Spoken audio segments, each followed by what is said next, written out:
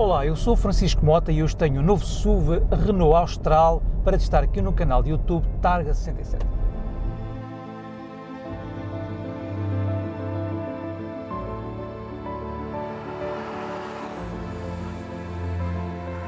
Esta versão é a 1.2 E-Tech Full Hybrid. É uma nova geração do sistema híbrido da Renault. O Austral é um SUV do segmento C, rivalizando com modelos como o Nissan Qashqai ou o Volkswagen Tiguan, entre muitos outros.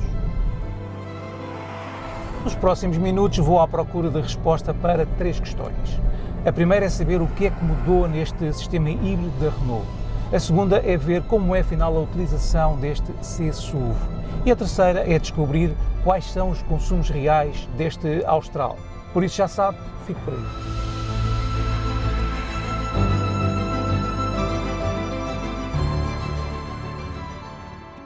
O Austral tem 4,51 metros de comprimento, estreando a plataforma CMF-CD da Renault. Esta versão E-Tech Full Hybrid usa uma nova versão da motorização híbrida da Renault, trocando um motor 1.6 atmosférico de 4 cilindros por um motor 1.2 turbo de 3 cilindros e 130 cavalos.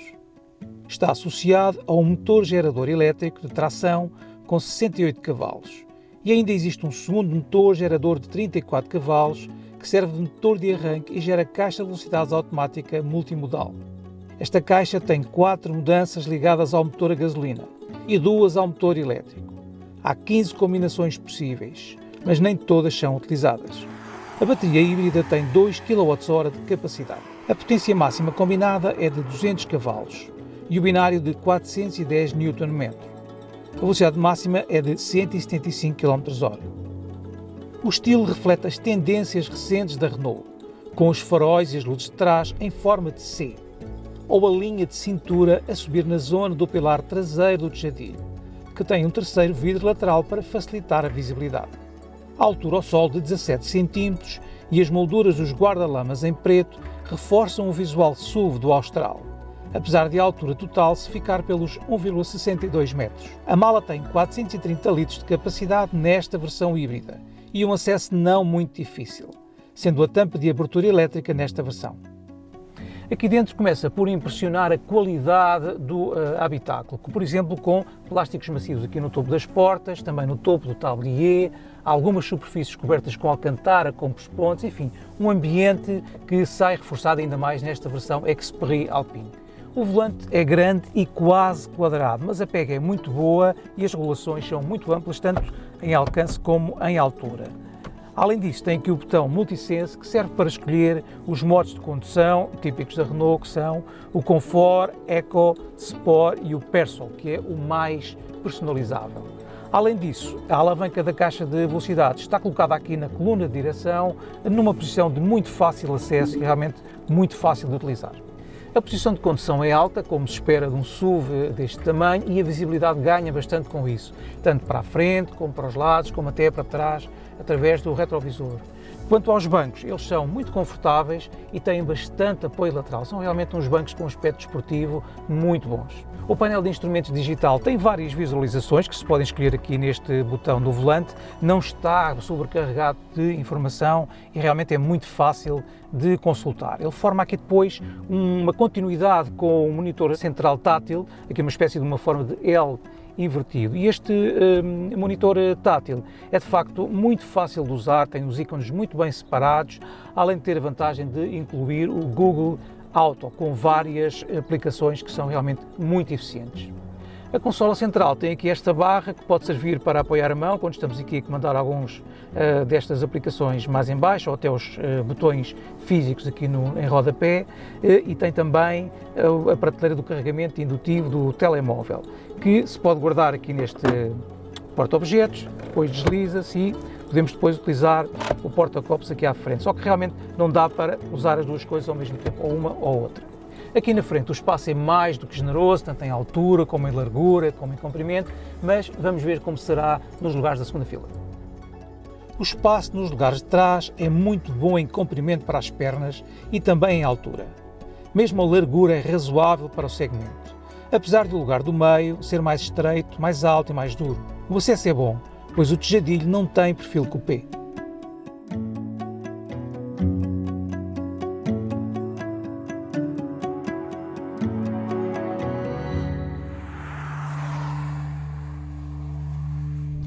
Estando aqui em modo Eco, a resposta do motor é muito suave e linear. Percebe-se perfeitamente a componente híbrida a fazer o seu papel, sobretudo a baixos regimes, compensando o tempo de resposta do turbocompressor.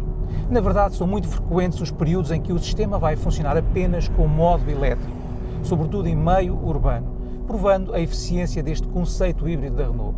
A direção é muito leve e muito assistida, faltando-lhe aqui um pouco mais de tato. Esta versão está equipada com a terceira geração do sistema de direção às 4 rodas Force Control. O princípio é simples. A baixa velocidade vira as rodas de trás no sentido oposto às da frente, até um máximo de 5 graus, para aumentar a agilidade. A velocidades mais altas, as rodas de trás viram no mesmo sentido as rodas da frente, até um máximo de 1 grau, para aumentar a estabilidade. É um sistema que obriga a um período de habituação e cuja intensidade se pode regular nos exagerados 13 níveis, o que só serve para tornar a habituação ainda mais demorada. Pelo contrário, estas patilhas aqui no volante são uma boa ideia. Neste caso, elas não servem para fazer mudanças na caixa de velocidades, porque esta caixa multimodal nem sequer permite isso. O que elas fazem é fazer variar o nível de regeneração em 4 níveis diferentes, incluindo o nível 0. Por outro lado, o pedal de travão é fácil de usar, mas não tem a função One Pedal, porque a Renault considera que não é uma função de fácil adaptação para quem nunca guiou um carro elétrico ou eletrificado. Quanto ao conforto, a suspensão independente às 4 rodas e os pneus de medida 235/45 R20 fazem um bom trabalho na maioria das situações. Só mesmo quando os buracos estão muito fundos é que se nota aqui o peso das jantes a causar alguns solavancos.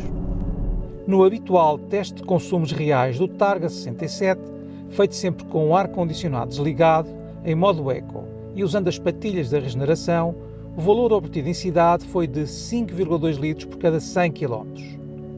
Já em autoestrada, rolando a 120 km/h estabilizados, o consumo real registado foi de 6,8 litros por cada 100 km. São valores muito bons para um peso total de 1.592 kg. A insonorização está realmente muito bem feita. Os ruídos de rolamento praticamente não se ouvem e apenas se notam alguns ruídos aerodinâmicos a velocidades mais altas. É também nessa altura que se nota também um pouco das oscilações típicas de SUVs deste tamanho, que é perfeitamente normal. Mas a estabilidade é realmente muito boa, sem dúvida com o contributo do sistema Force Control, que me pareceu mais eficiente nas velocidades um pouco mais altas do que propriamente nas mais baixas. Querendo andar um pouco mais depressa em estradas secundárias, tenho aqui à minha disposição os de 200 cavalos de potência máxima deste motor, que permitem uma aceleração do 0 aos 100 em 8,4 segundos. Os pneus até geram bastante aderência, mas a tração apenas às rodas de frente chega relativamente cedo ao limite da borracha, sobretudo se o piso não for muito aderente. Entrando depressa em curva, a primeira reação é obviamente a subviragem, mas se antes fizer uma desaceleração brusca na entrada em curva, posso contar com a reação da traseira para fazer rodar ligeiramente o austral e facilitar a rotação durante a curva. Só que a transição entre essas duas atitudes nem sempre é muito fluida. Aliás, essa é também a crítica que aponto à direção e, de certo modo, também à transmissão, que por vezes se mostra um pouco hesitante quando se acelera completamente a fundo.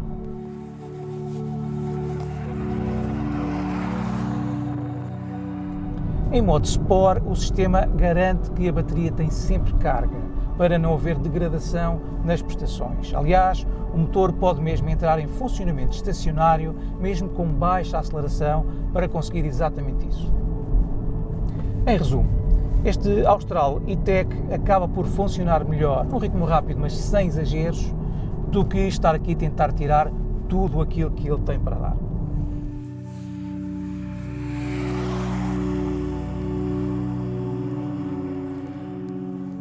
O Renault Austral E-Tech tem méritos na habitabilidade, na qualidade, no estilo e nos consumos, como aliás se pede a um bom SUV familiar.